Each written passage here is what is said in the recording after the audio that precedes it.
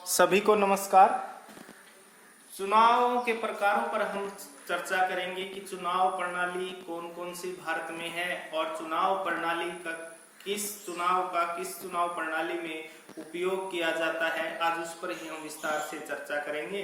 सामान्य तौर पर भारत में दो प्रकार की चुनाव प्रणाली का प्रयोग किया जाता है, एक प्रत्यक्ष चुनाव प्रणाली और दूसरी अप्रत्यक्ष चुनाव प्रणाली।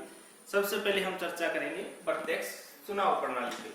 प्रत्यक्ष चुनाव प्रणाली का अर्थ ये होता है जब मतदाता सीधे अपने मत से अपने प्रतिनिधि का चुनाव करता है तो उसको प्रत्यक्ष चुनाव कहते हैं।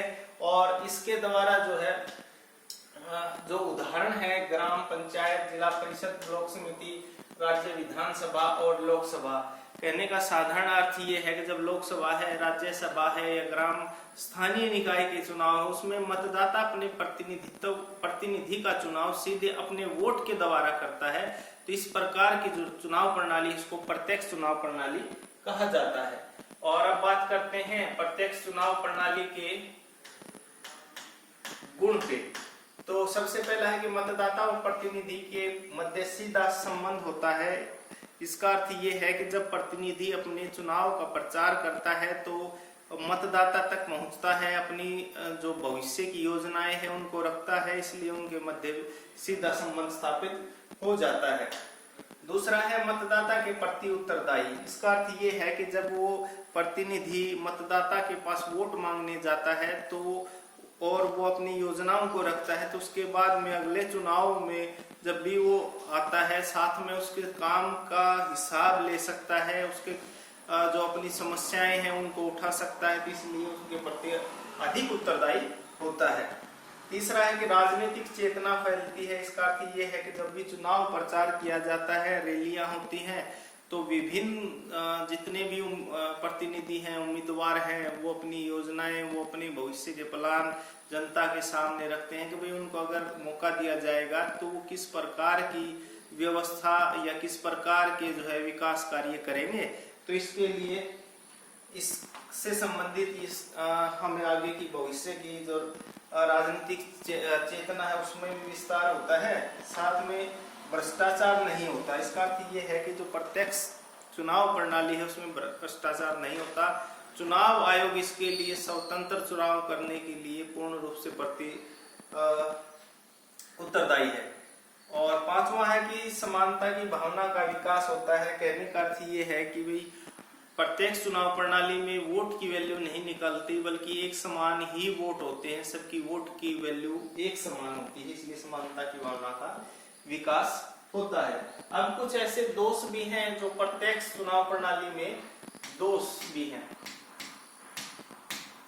प्रत्यक्ष चुनाव प्रणाली का सबसे अधिक भ्रष्टाचार अधिक होता है। कहने का अर्थ ये है कि भाई भ्रष्टाचार के रूप में कई बार कोई व्यक्ति मरा हुआ व्यक्ति है उसकी जगह पे भी कोई दूसरा वोट डाल देता है, या दूसरा व्यक्ति भी अलग व्यक्ति की जगह जाकर के वोट डालते हैं, भ्रष्टाचार होता है। धन का अधिक खर्च होता है, यानी कि पैसों के दम पर मतदाताओं को खरीद लिया जाता है, उनके वोट को खरीद लिया जाता है, तो भी उसका दोष है। मतों की खरीद फरोख्त बढ़ती है, योग्य व्यक्ति का चुनाव नहीं होता। इसका अर्थ ये है कि लोकतंत्र में गुणों की अपेक्षा संख्या पर ध्यान दिया जाता है, इसलिए अच्छे लोग राजनीति में कम आते हैं, उनका चुनाव कम होता है। चुनाव में हिंसा होती है, विभिन्न राजनीतिक दल या प्रतिनिधि अपना फायदा पहुंचाने के लिए चुनाव में हिंसा करवाते हैं। साथ में समय अधिक लगता है। इसका अर्थ ये है कि चुनाव में जहां पर 6-6, 7-7 चरण हो जाते हैं तो उसमें बहुत लंबा समय लगता है। और प्रत्यक्ष में हम बात करते हैं तो 1 या 2 दिन में ही सारा का सारा चुनाव संपूर्ण हो जाता है और इसमें समय लगता है। अब हम बात करते हैं दूसरी टाइप की चुनाव प्रणाली, जिसको अप्रत्यक्ष चुनाव प्रणाली कहते हैं। तो अप्रत्यक्ष चुनाव प्रणाली वो चुनाव प्रणाली होती है जिसमें मतदाता अपने प्रतिनिधि का चुनाव स्वयं न करके उसके चुने हुए प्रतिनिधि आगे किसी अन्य प्रतिनिधि का चुनाव करते हैं, उसे अप्रत्यक्ष चुनाव प्रणाली कहा जाता है। और भारत में अप्रत्यक्ष चुनाव प्रणाली के उदाहरण है भारत का राष्ट्रपति, उपराष्ट्रपति, राज्यसभा, राज्य विधानसभा के कुछ सदस्य इस प्रणाली के माध्यम से चुने जाते हैं। अब बात आती है कि अप्रत्यक्ष चुनाव प्रणाली के क्या गुण है।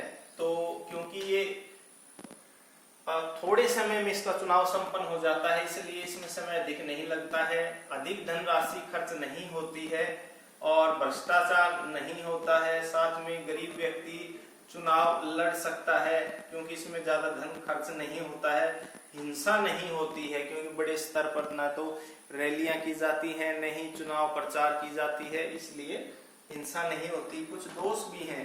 दोष ये है कि भ्रष्टाचार भी होता है। भ्रष्टाचार का अर्थ ये है कि अब कभी राज्यसभा से संबंधित चुनाव में कई बार पैन बदलने की या कहीं मत लोबी की बहुत सारी ऐसी चीजें हैं जिनके द्वारा जो है भ्रष्टाचार हो सकता है। मतदाता से सीधा संबंध नहीं होता। इसका अर्थ ये है कि भाई मतदाता उसके प्रति उत्तरदायी नहीं होते, मतदाता और प्रतिनिधि, और नीरस चुनाव होते हैं। कहने का अर्थ ये है कि चुनाव प्रचार प्रसार नहीं होता तो चुनाव नीरस हो जाते हैं। और अलोकतांत्रिक प्रणाली, इसका अर्थ यही है कि लोगों की राय नहीं ली जाती बल्कि जितने भी उत्तरदायी हैं, जितने भी प्रतिनिधि हैं वही उसका चुनाव करते हैं। तो बस अब इतना ही इस वीडियो में। हमने आज चुनाव के जो प्रणाली भारत में अपनाई जाती है, प्रत्यक्ष और अप्रत्यक्ष, उसके विषय में विस्तार से चर्चा की। उम्मीद है आपको समझ में आएगा। Thank you. जय हिंद, जय भारत।